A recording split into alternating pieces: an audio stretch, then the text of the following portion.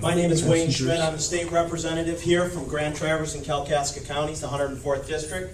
We heard the great work already from Hans of all the groups that came together. But I'd also like to acknowledge, again, Great Lakes Central Railroad, President Mike Bagwell for offering the train trip, and also our friends at the Michigan Association of Railroad Passengers.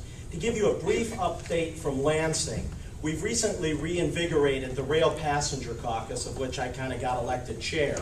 And it's a bipartisan group. We kind of looked at who would most likely be coming back, because as you know, we're going to see major turnover, not only in the House of Representatives, but also in the state Senate and at our top leadership posts. So we put together a bipartisan team to look at rail.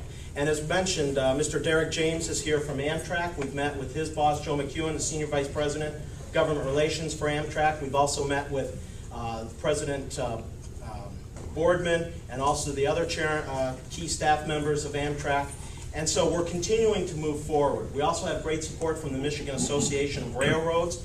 They have been a very good supporter of ours, working in conjunction. And again, I want to say thank you to Director Steidel for his good work in allowing his team to work with us as we try to move these policies forward. So again, I thank all of you for being here. The commitment to rail is tremendous. And again, without your support, this isn't going to happen. So I'm going to turn it over back to Tim and let him get the show started.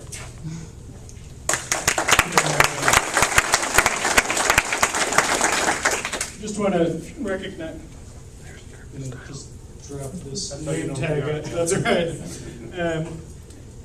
Representative Dan Scripps, want to give him the opportunity just to say hello to all of you. Thanks, Tim.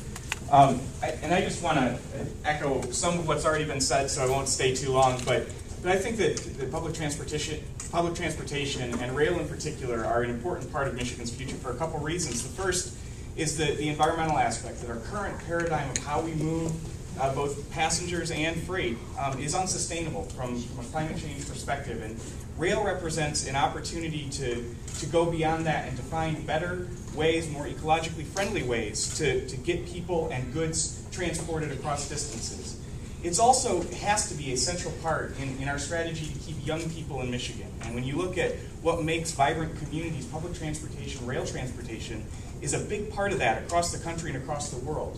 And for Michigan to hold on to our young people, to make sure that they stay in Michigan and not go to Chicago or New York or wherever else, we have to take advanced steps in terms of where we go from here and integrating rail into our transportation network. I also think, and it's been mentioned, but when you see the Chamber of Commerce and the Michigan Environmental Council, the Michigan Land Use Institute, and the Traverse Association of Realtors coming together on this, rail represents an ability to bridge the chasm that we too often see in our politics in the state and across the country. And I think that the bipartisan support, the support from all different parts of the political spectrum makes this exciting, because it is a way to move forward and to find common ground.